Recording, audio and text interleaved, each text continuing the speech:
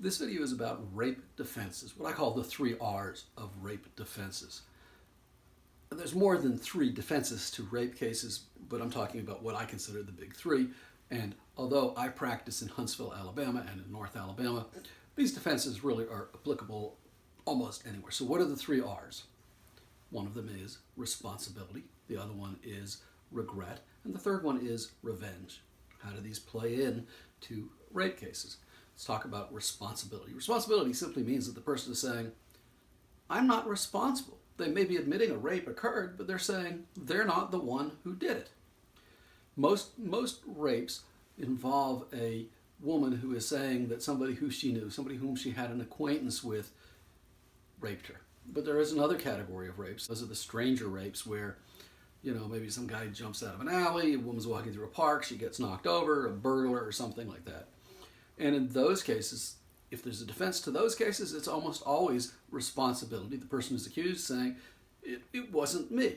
And absent other evidence like DNA or fingerprints or something else, that is the most common thing that's raised. Incidentally, in Alabama at least, if the woman's testimony that, hey, I recognize that guy, that's the guy, I'd know him anywhere, if that testimony is believed, a person can be convicted on her testimony alone, then go to prison. Have there been mistakes made on that? Absolutely, innocent people have gone to prison.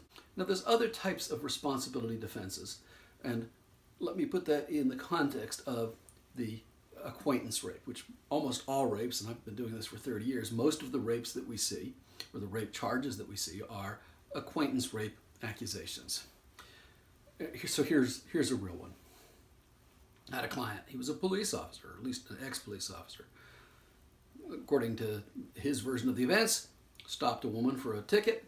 She suggested that they resolve the ticket in some other manner than getting the ticket. They went behind a building and they engaged in some sexual activity. After it was over, a few days later, she claimed the officer raped her. Fortunately, when she had gone fortunately for him, I was able to obtain her medical records. And when she went and talked to the doctor asked her some questions. Essentially, the doctor asked her, using different words, did the train enter the tunnel? And her answer was no.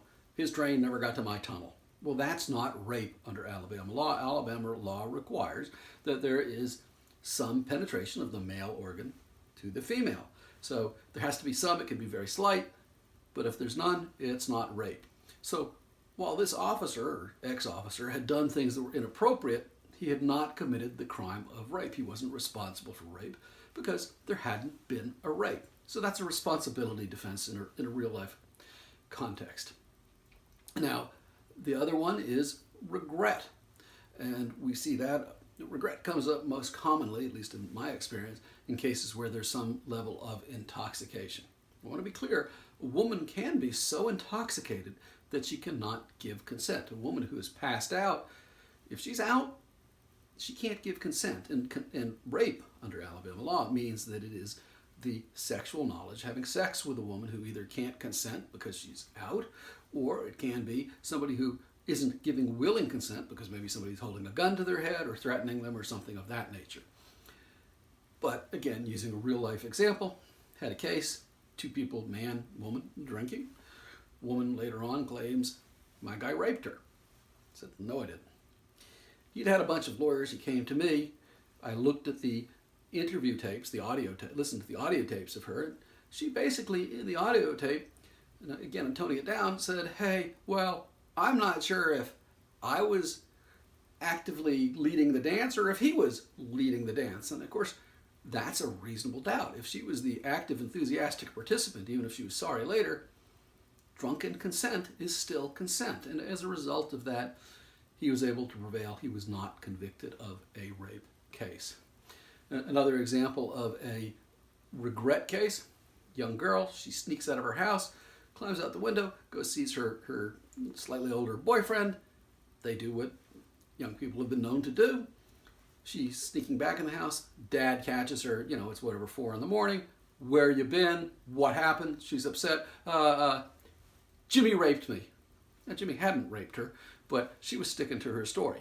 That is, until I found that she had posted on Facebook that she had gone with Jimmy that night, and this is what she put on Facebook: they had had hot wild monkey sex. I said to the prosecutor, hot wild monkey sex doesn't really sound like rape to me. Prosecutor said, yeah, you got a point. And so he was acquitted of that charge. The charges were dismissed because she was regretting that she had been caught. Again, it was a regret case, not really a rape case. Now, the last category, and we see this as well, is revenge. And revenge is when a woman makes a false accusation of rape because she is mad about something. Something's happened. Again, I'll give you a real life example. Had a client, he and his girlfriend at the time, they had sex. After the sex, she went in the kitchen, made him a sandwich, brought it in, all of that. He's eating the sandwich, drinking the soda she brought him, and they start getting fussing at one another. And he, being a moron, says to her, oh, by the way, you know your best friend? I slept with her too. It was not a happy ending. He left. A few days later, she said, he raped me. Revenge. Now, fortunately, through cross-examination of this woman, I was able to show that her behavior was not consistent with that of somebody who was raped. You went in the kitchen. In the kitchen there was knives.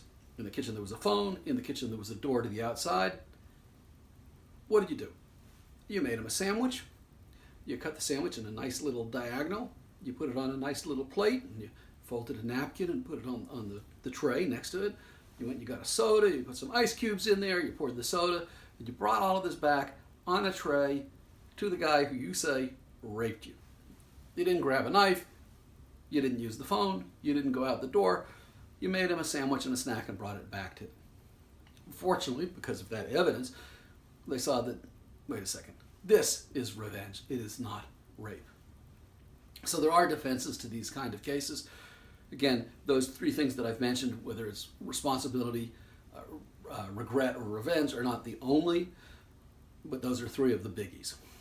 If you or somebody you love finds yourself accused, or even if you think you're going to be accused of rape, you need to get to an attorney as quickly as you possibly can. Here in Alabama, if you are arrested of rape, and the prosecutor later on looks at the case and says, you know what, this is a crummy case, I'm not going to prosecute it, I'm dismissing it, you forever, at least as the law stands right now, you forever will have a record showing that you were at least arrested for rape. And that's going to affect you in a lot of ways, even your ability to get a job, just lots and lots of ways. The only way to get a rape charge off of your record if you've been arrested is for you to go to trial and win, and then later on have a judge agree to expunge your record. You'd rather not go through that. Sometimes we can prevent an arrest, sometimes we can't, sometimes we can prevent a conviction, sometimes we can't. Of course, it depends on the facts of the case. But whatever it is, if you're charged with rape or really any other crime, you need to contact a competent criminal defense lawyer, and you need to do it as quickly as possible. Of course, this is what we do for a living, so if you want our help, feel free to give us a call. The phone number's below. By the way, I hope you enjoy these educational videos. If you like it, if you'll give us a thumbs up, I really appreciate that. And if you want to see more, hit the subscribe button. I try to produce these things or come out with one a week if I can. It's not really consistent, but at any rate, I'm Andy Siegel. I hope you enjoyed the video. Thanks for watching.